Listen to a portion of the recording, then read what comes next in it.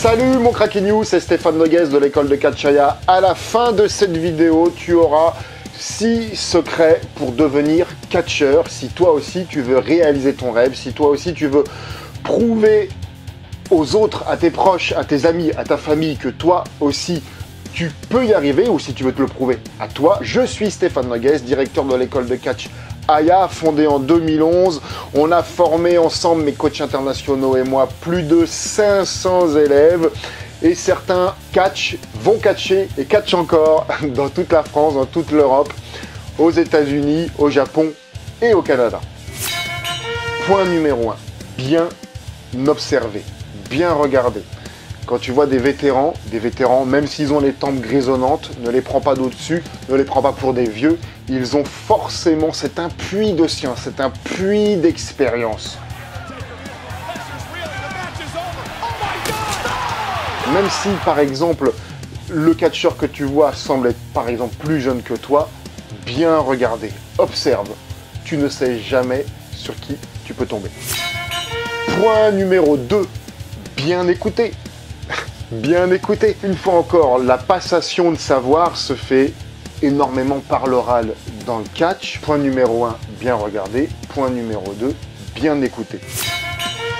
Point numéro 3, et c'est peut-être l'un des plus importants dans le catch. Fermer sa bouche. Bien regarder, bien écouter et fermer sa bouche. Il y a trop de superstars, il y a trop de moi-je, il y a trop de moi-je sais, il y a trop de oui mais. C'est finalement presque le triumvirat du summum qu'il faut savoir dans le catch. Mais, point numéro 4, si tu veux faire du catch, il faut absolument que tu fasses des sports de combat ou des arts martiaux. Et de la muscu, ou de la muscu.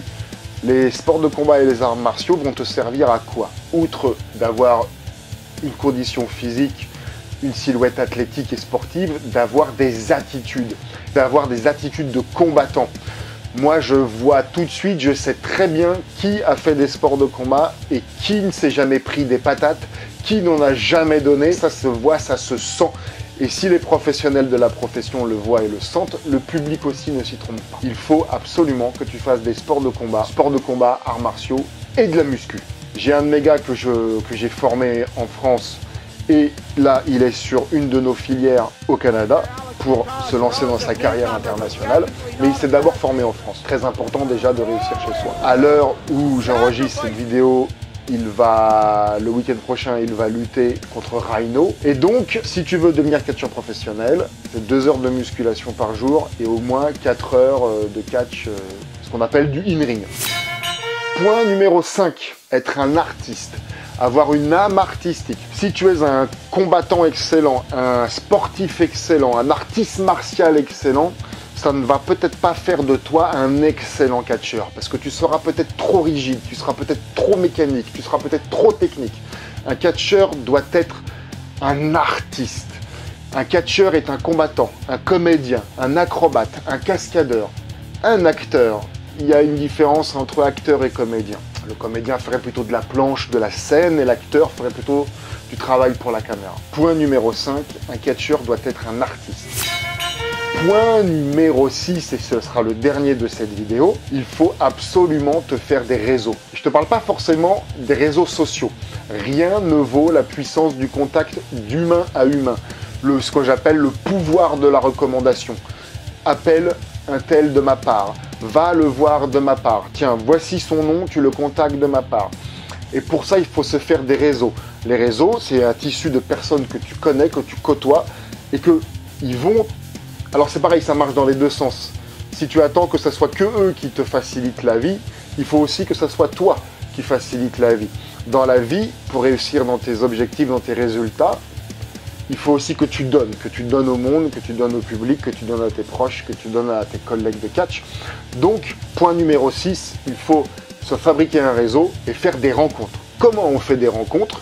Ce n'est pas que sur les réseaux sociaux, c'est par exemple en faisant ce qu'on appelle des stages. C'est pour ça qu'au mois d'avril, du 17 au 21 avril, je vais proposer une immersion complète dans un stage où tu pourras te faire un tissu relationnel de catcheurs déjà actifs, qu'on appelle déjà des workers, qui travaillent déjà, qui touchent déjà des cachets, avec des catcheurs intermédiaires qui sont en cours d'apprentissage et avec des catcheurs débutants. Et ce stage sera avec le catcheur français international Tristan Archer. Tristan Archer, c'est le catcheur français qui travaille le plus à l'international. Tu l'as peut-être également déjà vu à la WWE NXT UK.